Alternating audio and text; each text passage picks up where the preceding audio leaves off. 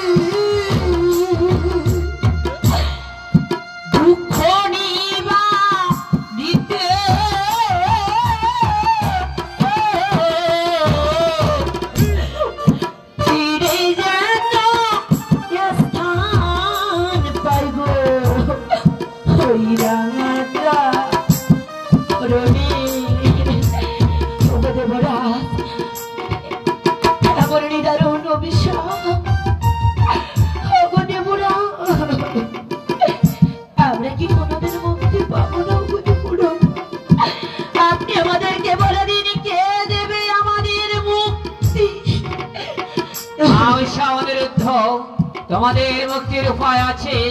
তোমাদের নিত্যের দ্বার ভঙ্গের কারণে আমার ইষ্ট আরাধ্য হয়েছেন রুষ্ট, তাই একমাত্র তিনিই পারেন তোমাদের মুক্তির উপায় বলে দিতে। তাহলে যাও, ওই কৈলাসে বসে আছে আমার ইষ্ট আরাধ্য দেবতা দেবাদিদেব মহাদেব, তার কাছে তিনি পারেন তোমাদের মুক্তির উপায় বলে দিতে। তাই হবে প্রভু। বলো উষা। তাহলে চলো যে ওই কৈলাস ধামে দেবাদিদেব মহাদেবের কাছ থেকে আমরা মুক্তির উপায়টুকু জেনে নিই। তাই চলো উষা, তাই চলো। ফিরে যেন স্থান পাইব হইরাঙা ডোবে, ফিরে যেন স্থান পাইব হইরাঙা। আচ্ছা, আমি তো বাসনা দেখেছে মনি, কি এমন কাজ করেছিস তুই এই মর্তধামে যে দুর্ভোগতি আদায় করতে পারবি মাতা?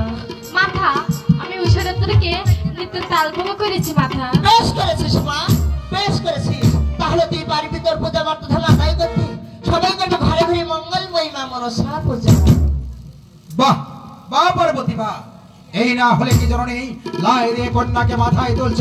তারা এমন কি অন্যায় করেছিল যে তাদের নিত্যের তাল ভঙ্গ করতে হলো? তুমি তো জানো যে যেমন কর্ম করে তার তেমন ফল হওয়া উচিত। তাছাড়া আমি যে দেবাদিদেব মহাদেব, আমার বিচার হবে সমানে সমান।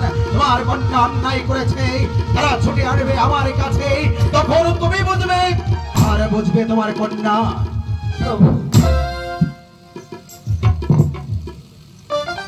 হে দয়াল ঠাকুর,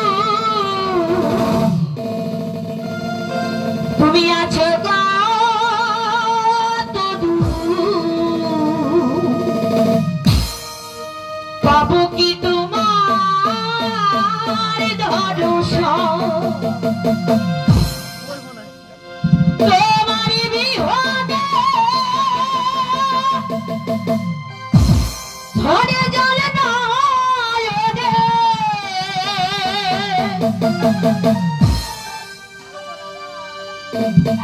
বোঝো না এই ভক্তের নিবেদন।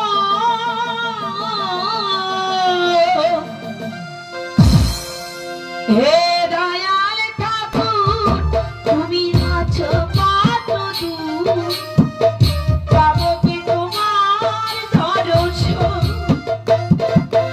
হে দয়াল ঠাকুর, তুমি আছো কত দূর, পাবো কি তোমার দর্শন?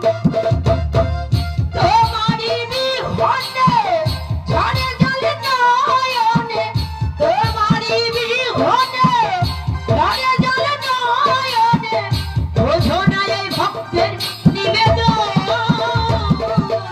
হে দয়াল ঠাকুর, তুমি আছো কত দূর, পাবো কি তোমার দর্শন? প্রভু বলো উষা। এই দেখো না, আমরা বলতে বলতে সেই কৈলাস ধামে এসে গেছি। চলো না প্রভু, আমরা মন্দিরের ভিতরে একটু প্রবেশ করি। দেখো না, মন্দিরের ভিতরে দাঁড়িয়ে আছে আমার দেবাদিদেব মহাদেব, দাঁড়িয়ে আছে আমার মাতা পার্বতী, আর মধ্যখানে আমার মা মনসা। এসো প্রভু, আমরা তাদের রাতুল চরণে যুগল মূর্তি ধরে আমরা প্রণাম করি। জয় শিব শঙ্কর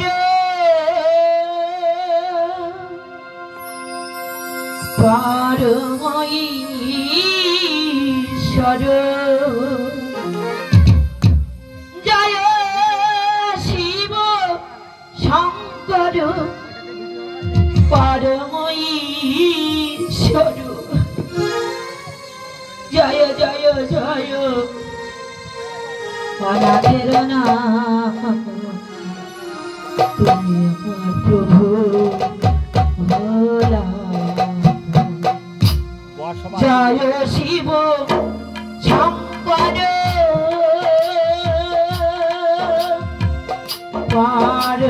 পরমেশ্বর, জয় জয় জয় প্রভু অনাথের নাম।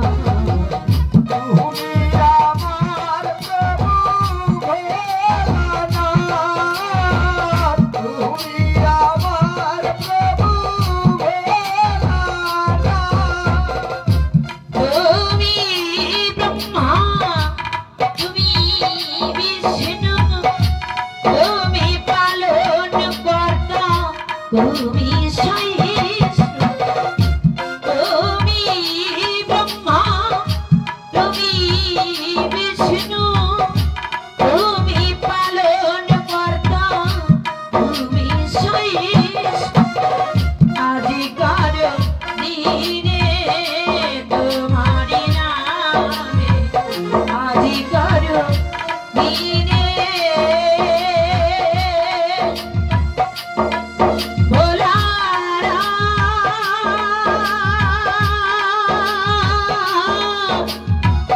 ভোলানা, আজিকার দিনে তোমারি নামে সকলে করি জোড়হাত।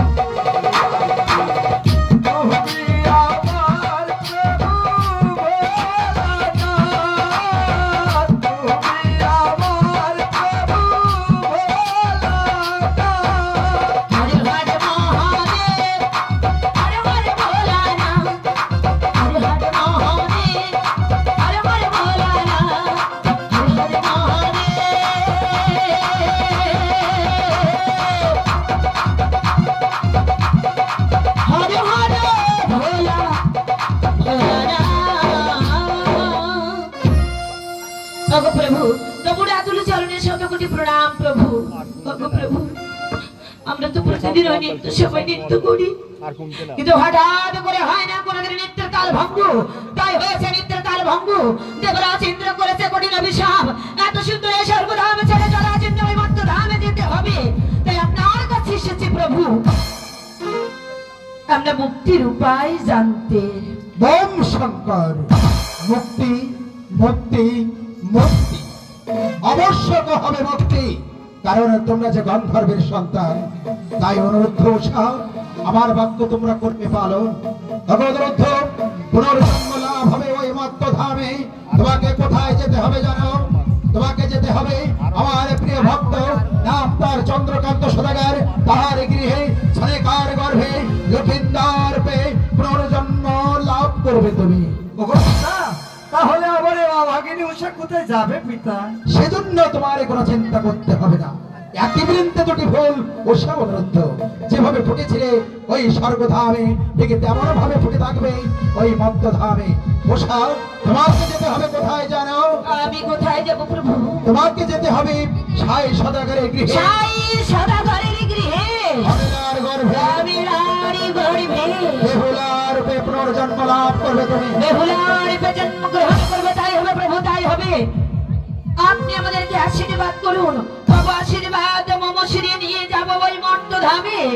জীবন বিপন্ন করে করব আমরা মা মনসা দেবীর পূজার আয়োজন। দেখ রে মা দেখ, তুই নিষ্ঠুর হতে পারিস, কিন্তু হতভাগ্য দুই বালক বালিকা তোর পূজা প্রচারের আশায় যাচ্ছ ওই মত্তধামে। ওদেরকে তুই ছায়া দিয়ে রাখি। পার্বতী, আমি বলেছিলাম আমার মা যে অন্যায় করেছে তাকে পেতে হবে কঠিন শাস্তি।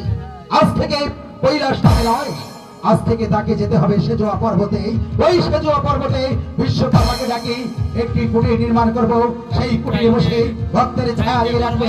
আর তুমি যতক্ষণে মাকে আজ থেকে পেতে নিরির পোশাক পরিধান করিয়ে দেবে। তোমাকে শিরোধার্য প্রভু। কোথায় কোথায় বিশ্বকর্মা ঠাকুর? পিতা, আপনি আমাকে স্মরণ করেছেন পিতা। হ্যাঁ বিশ্বকর্মা, অতীব সুন্দর করে আমার মানস কন্যা মনসার লাগে ওই সেজোয়া পর্বতে একটি কুটির নির্মাণ করে দাও। ঠিক আছে পিতা, আপনার হাতে শিরোধার্য। শুরু করো কার্য। এসো মাতা, আজ তোমার দেবীর পছন্দ ছিল পরিধান করে যাবো বেদুনের পোশাকে।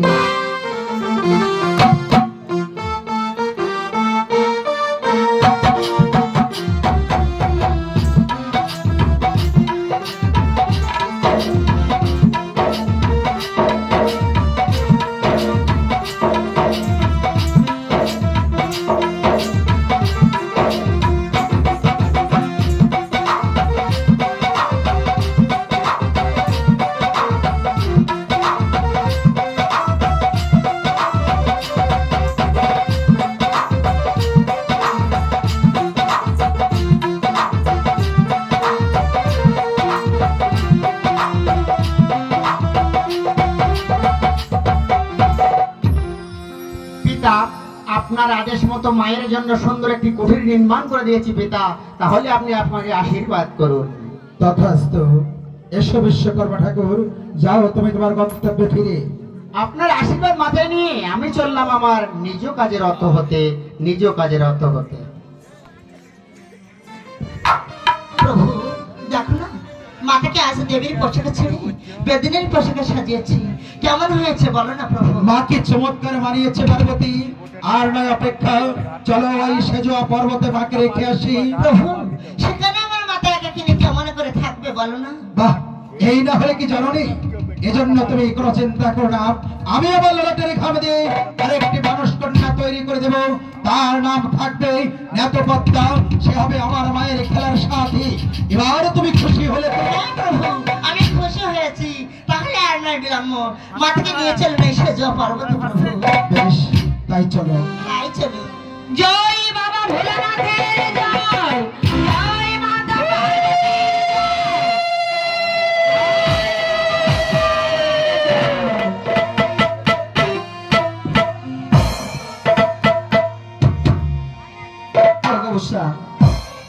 আমি তোমার ছেলে ওই মর্তধামে